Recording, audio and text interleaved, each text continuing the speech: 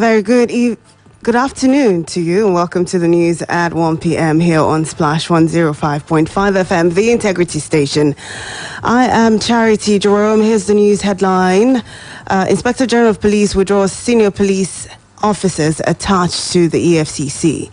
Bandits attack 4 Zamfara villages, kill 30 people. On the foreign scene, India sets global record for new COVID-19 cases amid oxygen shortage. And in sports, Real Madrid president insists Super League project is on standby despite collapse. All details of these and more coming shortly. The Acting Inspector General of Police, Usman Baba, has ordered the withdrawal of senior police officers attached to the Economic and Financial Crimes Commission, EFCC. Those affected by the directive of the police chief are officers from the rank of Chief Superintendent of Police, CSP, and above. Baba gave the directive in a letter addressed to the EFCC chairman and signed by the principal staff officer to the IGP and Acting Commissioner of Police, Idowu Owohunwa. Owohunwa explained that the IGP took the decision as a result of the present operational requirements of the police. The IGP's directives followed the disturbing rate of gunmen attacks on security facilities in parts of the country, including attacks on the State Police Command headquarters and Zonal Police headquarters in the southeast. The Senate has approved $1.5 billion and 995 million euros external loan for the federal government. The approval followed consideration of the report of its Committee on Local and Foreign Debts on the external borrowing plan of the federal government at plenary. In his presentation, Chairman of the committee, Senator Clifford Odia, told the lawmakers that a panel had considered the loan request and was recommending its approval. The 995 million euro loan is meant for agricultural mechanization across the 774 local government areas, while the $1.5 billion loan will be used to fund critical infrastructure in the aftermath of the COVID-19 pandemic across the 36 states and the Federal Capital Territory. Approving the loans, President of the Senate, Ahmed Lawan, read that the loan is to be facilitated by the International Monetary Fund, World Bank, African Development Bank Group, and the Export-Import Bank of Brazil. Therefore, resolve as follows. 1. That the Senate do approve the external borrowing of the sum of $1,500,000,000 and 995 million euros from the following multilateral and bilateral institutions. And I will read them. World Bank, Purpose, State Fiscal Transparency, Accountability and Sustainability Program, to provide fiscal support to state shifters.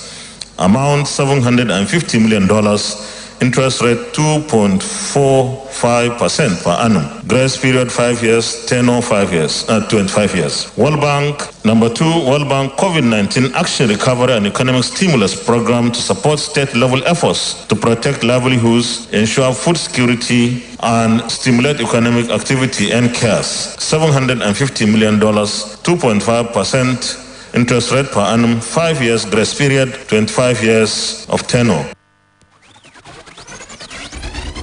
Well, still staying with the Red Chamber, rights lawyer Femi Falana has petitioned the Nigerian Senate, faulting the alleged lopsided appointment of the board of the National Human Rights Commission as presently constituted, citing the omission of nominee from the Northeast. The petition, which was read in the Senate by Minority Leader Eyinaya Abaribe, expressed displeasure that the Northwest had 3 nominees, all from Kebbi State. I have a petition from Mr. Femi Falana of Falana and Falana Chambers. This petition has to do with the appointment of members of the Governing Council of the National Human Rights Commission. The summation of the petition is that in constituting the members, no member of that council is from the Northeast Zone. 2, in constituting the members, 3 members out of 4 representing the Northwest Zone are from one state, Kebbi State, and therefore he is asking the Senate to look into this matter in the interest of our national unity and our laws as established by this Senate. President Muhammadu Buhari had, in a letter dated 17th of March 2021, requested Senate confirmation of the board of the NHRC to be chaired by Salamatu Hussaini with 14 others as members. In another petition, Enugu West Senator Ike Ekweremadu drew the attention of the Senate to a petition harping on justice for some Nigerians killed in Togo. This petition is from concerned Ibadan North youths. Ibadan North in Enugu State is a complaint against the gruesome killing of some Nigerians, particularly citizens of Ibadan North in Togo. And the Nigerian government and indeed the government of Togo have not shown sufficient interest in getting to the root of this matter. So in pursuant to the citizen diplomacy of our country, they have requested this Senate to intervene to ensure justice to the victims and their families. And there's no judicial approach so far regarding this matter. Well, to security matters now, men of the Ondo State Police Command are combing the forest of Ikaramu, Akonu, Akoko Road in the Akoko Northwest local government area of the state to rescue 3 construction workers who were kidnapped on Tuesday by gunmen. It was gathered that the construction workers, whose identities had not been ascertained as at the time of filing this report, were rehabilitating the Ikoromo Akonu Akoko Road when the hoodlums struck and whisked them to an unknown destination. When contacted, the Public Relations Officer of the State Police Command, Mr. Tilio Ikoro, confirmed the incident, saying investigation had commenced into it. The traditional ruler of Ikoromu, Oba Andrew Momodu, confirmed that the workers were abducted as they closed for the day's job. The monarch appealed for more security men to comb the forest to rescue the victims. No fewer than 30 people have been killed in renewed bandit attacks on 4 villages in Zamfara State. The attacks, which were carried out simultaneously, occurred on Tuesday in 2 local government areas of the state. Villages attacked by bandits were Gobirawa, Rini, Gora, and Madoti Donkule in Bakura and Marudun local government area in the state, located in the northwestern region of the country. Witnesses said the assailants, who came on motorcycles in a large number, stormed the villages and began to fire sporadic gunshots. This led to the loss of lives and several others were injured, while houses and other valuables of the villagers were razed. The chairman of Oyo State Independent Electoral Commission, OISEC, Mr. Isaka Ologunju, SAN, has called on residents of the state to come out and vote during the upcoming local government election, despite its postponement to the 22nd of May 2021. He stated this while speaking in a meeting the commission had with the Farmers Development Association yesterday in Ibadan, the state capital. The chairman stressed that the commission has decided to postpone the election because the Ramadan fast celebration could fall on the date chosen earlier, and this could disenfranchise some residents that must have traveled for the celebration. He, however, stated that the commission is intentional in its mission of conducting a free, fair, credible, and transparent election, as all groups and associations have been reached to ensure collective participation in the upcoming election. We initially fixed 15th of May 2021 to hold that election. And we realized that Ramadan may end either 12, 13, or 14 around that week. And some of we know that many people may have to travel to their various villages. And where they travel, they may not be able to vote because many of them might have registered outside their hometown. So many of them will have to travel home. I will now realize that in order to prevent voter apathy, the best thing for us is to postpone the election by 1 week so that we allow everybody to come out and mass and vote. Well, you're listening to the news at 1 p.m. on Splash 105.5 FM. Still ahead, India sets global record for new COVID-19 cases amid oxygen shortage. And Real Madrid president says Super League project is on standby despite collapse. We'll take a short break now. We'll come back. We'll bring you details of these and others. Do stay with us.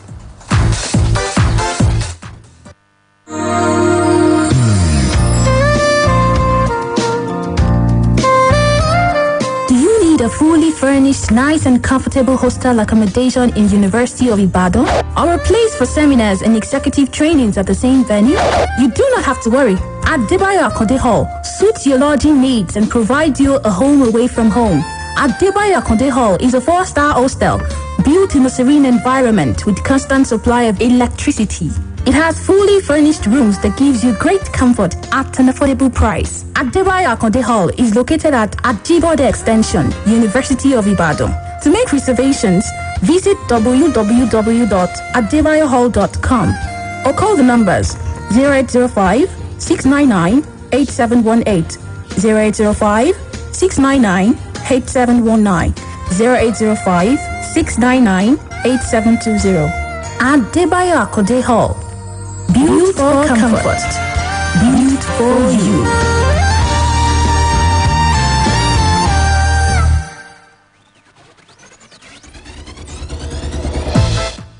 Well, thank you for staying with us here on the news at 1 p.m. on Splash 105.5 FM. Turning to the foreign scene now.